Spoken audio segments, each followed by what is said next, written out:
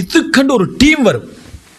வீட்டுக்கு வந்துட்டு தண்ணியை திறந்து பார்க்குறது, ப்ரெஷர் போதாதே அப்படின்றது. இவன் கோடிக்கணக்கில் செலவழித்து டேங்கை கொண்டு வந்து வானத்தில் வச்சுப்பான். வணங்கிட்டா என்னடா தண்ணி இப்படி வருது அப்படின்ட்டு. அப்புறம் டைல்ஸை தட்டி பார்க்குறது. டைல்ஸ் போடணும் எப்படி தெரியுமா, ஒரு காயின் அப்படி உருட்டி விட்டணுமா முட்டக்கூடாது. டக்குன்னு முட்டுதுன்னா அந்த டைல்ஸில் பிரச்சனை. அப்புறம் அவன் போனவர் இவன் உருட்டி பார்க்குறது, பட்டுட்டு வேதனை. செலவழிச்சது 2 கோடி, சந்தோஷம் இல்லை. அப்போ அதுக்கு அந்த பறக்கத்து இல்லாத 2 கோடி செலவழித்து காயின் உருட்டி நினைக்கிறேன். சரியா போய் அதில் பட்டோன்னே அதெல்லாம் அதில் தூக்கப்பட்டிருக்குது. அப்புறம் யூடியூப்பில் ஏதாவது வரும் தானே, அங்கே கோராய்க்கிறது பார்த்து இதெல்லாம் பார்த்து மனிதன் யோசனைகள். அதுக்கப்புறம் அது நிம்மதி இல்லாமல் வாரவன் ஒரு குரூப் எப்படி ஊடிங்கன்னு கேட்குறான்.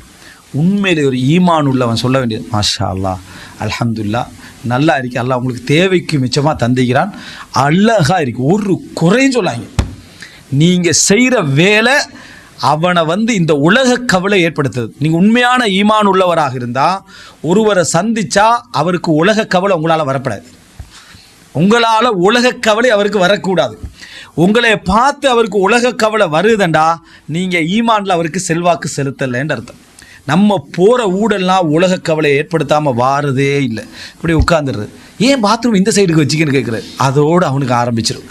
அப்போ அவனுக்கு ஆத்திரம் வேறு வர என்ன, எல்லாம் அல்ஹம்துலில்லாஹ்னு சூப்பர் இன்ஜினியர். அந்த இன்ஜினியர் நிறைய பேர் பிடிக்கவே இல்லை, நான் பார்த்து பிடிச்சி செஞ்சது எல்லாம் அப்படின்னா மட்டும் தட்டிடுவான். ஆனால் போன பிறகு அவனால் என்னது திட்டத்தில் வச்சிருக்க கூடாதோன்னு அநியாயமான ஒரு கவலையில் 2 கோடியை செலவழிச்சுட்டு அவன் தூங்கிட்டுக்கிறான்.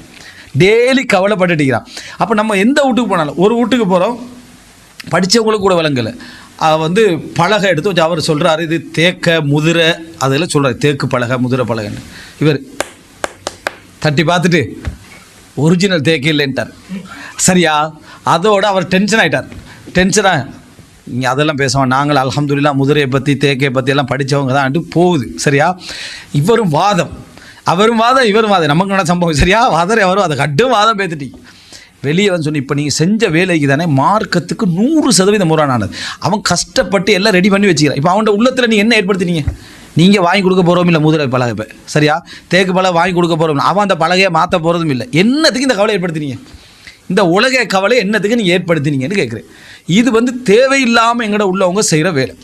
அதாவது உலக கவலை ஏற்படுத்திட்டு வருது, இப்படி செஞ்சுக்கலாமே, அப்படி செஞ்சிருக்கலாமே, அந்த ட்ரெஸ் போட்டிக்கலாமே, இந்த ட்ரெஸ் போட்டிக்கலாமே, இப்படி கட்டிக்கலாமே, இந்த மாதிரி வச்சுக்கலாமே. என்னடா இப்போ செய்ய போகிற நீ, அதில் ரசூலாக சொல்லிட்டாங்களே இதில் ஒன்றிலே நன்மை இல்லைண்டு, அதில் என்னத்துக்கு நீ வேறவா கவலை ஏற்படுத்தி இன்னும் வீண் வரைய தகவல். நம்ம கட்டிட்டோமா அல்ஹம்துலில்லாஹ் முடிச்சிடணும், அவ்வளோதான். இது அழிஞ்சி போகிற ஒரு பூகம்பம் க்ளோஸ், மரணத்தோட எல்லாம் க்ளோஸ். மிஞ்சி போனால் 50 வருஷம் இடிஞ்சு விழுந்துரும். விளங்கிட்டா, இதுக்கு என்ன இந்த கவலை. சரியா, இப்படியான கவலை ஏற்படுத்துகிற பாட்டி என்ன செய்கிறது, கவுபத்துல்லாஹ்ல பேத்துட்டு ரிசர்ச்